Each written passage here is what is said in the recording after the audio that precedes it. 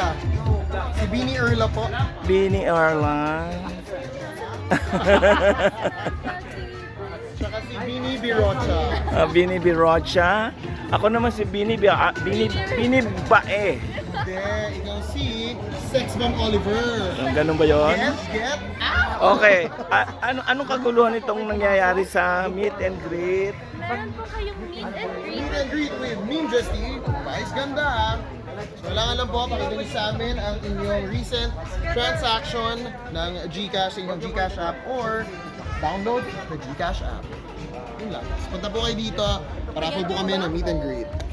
But how does the GCash actually works? GCash is para siyang leading ngayon ng Philippines, diba? E-money siya ng Philippines ngayon. So ngayon, binuksan natin ang route ng US.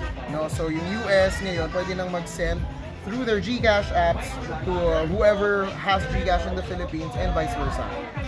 But do they have to open an account in the Philippines as well as here? They don't have to open an account. Kailangan na po nila ng US phone number para ma-send yung OTP doon para may verification, but also kailangan nila ng Philippine issued ID. So it's like a remittance company, company?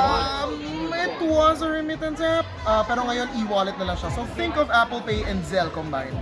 Oh, okay, I see. Download nyo na GCash, siya po yung model namin.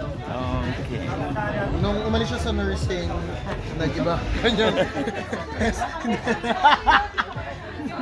Enjoy the show. Okay. Live ka?